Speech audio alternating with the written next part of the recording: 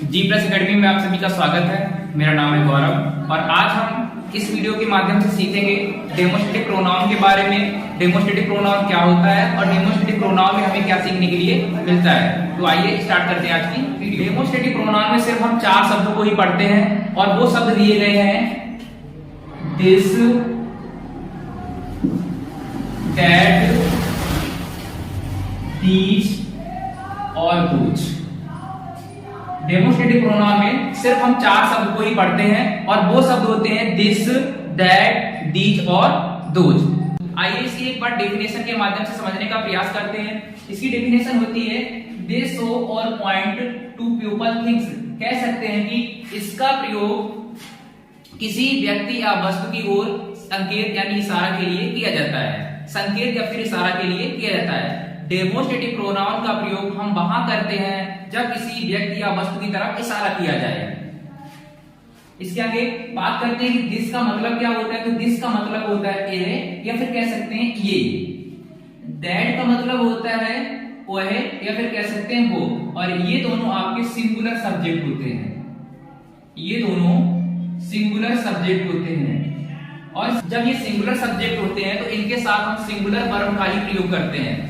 इसी तरह these, these का मतलब होता है ये या फिर कह सकते हैं ये सब।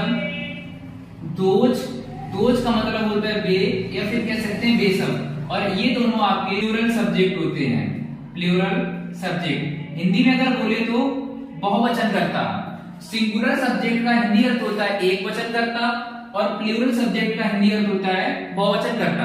देखिए दिस और दीज, दिस और दी, इनका प्रयोग हम कब करते हैं तो जान लेते हैं इनका प्रयोग हम कब करते हैं। दिस और दीज का प्रयोग हम पास के व्यक्तियों तथा वस्तुओं के लिए किया जाता है। दिस और दीज का प्रयोग पास के व्यक्तियों और वस्तुओं के लिए किया जाता है। इसमें दिस आपका सिंगुलर होता है और दीज ये प्लूरल होता है। सिंगुलर सब्जेक्ट के साथ सिंगुलर वर्ब का प्रयोग करेंगे और प्लूरल सब्जेक्ट के साथ प्लूरल वर्ब का प्रयोग करेंगे। इसी तरह दैट और दोज, दैट और दोज, इसका प्रयोग दूर के व्यक्तियों तथा वस्तुओं के लिए करते हैं।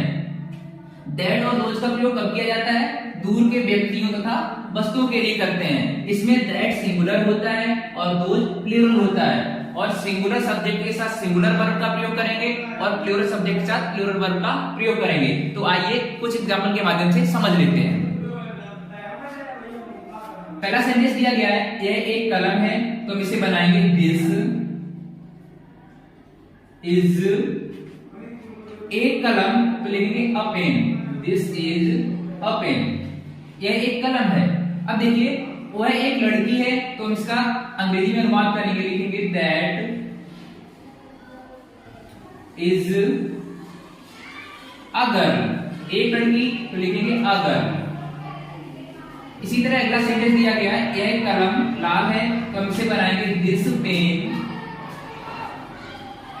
Is red. यह कलम लाल है। अगला दिया गया ये कुर्सियां हैं, इसमें हमारा सब्जेक्ट प्लूरल है तो ये के लिए दीज का प्रयोग करेंगे, लिखेंगे दीज। और जब सब्जेक्ट प्लूरल है तो इसके साथ प्लूरल वर्ब का ही प्रयोग करेंगे। दीज आर कुर्सियां तो लिखेंगे चेयर्स। इसी तरह अगला दिया गया है वे लड़कियां हैं, इसमें भी सब्जेक्ट हमारा प्लूरल है तो वे के लिए दोज का प्रयोग करेंगे, लिखेंगे दोज। जब सब्जेक्ट प्लूरल है तो प्लूरल वर्ब का भी प्रयोग करेंगे तो दोज के साथ आर का प्रयोग करेंगे, those are girls. I hope कि आपको ये कॉन्सेप्ट समझ में आया होगा। फिर भी एक बार मैं ट्राई करता हूं, एक बार फिर समझते हैं। डेमोस्ट्रेटिव प्रोनाउन, डेमोस्ट्रेटिव प्रोनाउन जिसे हिंदी में कहते हैं संकेतवाचक सर्वनाम, जिसे हिंदी में संकेतवाचक सर्वनाम कहते हैं। और डेमोस्ट्रेटिव प्रोनाउन के अंतर्गत हम लोग सिर्फ 4 वर्ड को सीखते हैं। वो 4 वर्ड होते हैं दिस, दैट, दीज और दोज।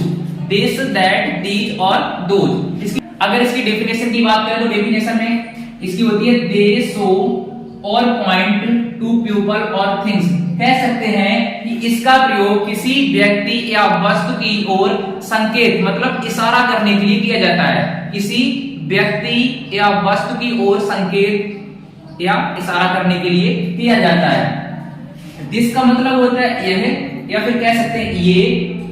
दैट का मतलब होता है वह या फिर कह सकते हैं वो। और ये दोनों आपके सिंगुलर सब्जेक्ट होते हैं, ये दोनों आपके सिंगुलर सब्जेक्ट होते हैं। इसी तरह दीज का मतलब होता है ये, या फिर कह सकते हैं ये सब। दोज का मतलब होता है वे, या फिर कह सकते हैं वे सब। और ये आपके प्लूरल सब्जेक्ट होते हैं। और जो जब सब्जेक्ट आपका प्लूरल होगा तो हम लोग, जब सब्जेक्ट प्लूरल होगा तो हम लोग उसके साथ प्लूरल वर्ब का ही प्रयोग करते हैं। देखिए दिस और दीज का प्रयोग कब किया जाता है? इसका प्रयोग पास के व्यक्तियों तथा वस्तुओं के लिए करते हैं। दिस और दीज का प्रयोग कब करते हैं? तो दिस और दीज का प्रयोग पास के व्यक्तियों तथा वस्तुओं के लिए करते हैं। दैट और दोज का प्रयोग दूर के व्यक्तियों तथा वस्तुओं के लिए करते हैं। आई होप कि आपको बहुत ही अच्छी तरह से समझ में आया होगा। यदि आपको हमारा वीडियो पसंद आए तो प्लीज एक लाइक कीजिए और चैनल को सब्सक्राइब कीजिए, ताकि हमारे द्वारा अपलोड की जाने वाली प्रत्येक वीडियो की नोटिफिकेशन आपको टाइम पर मिलती रहे।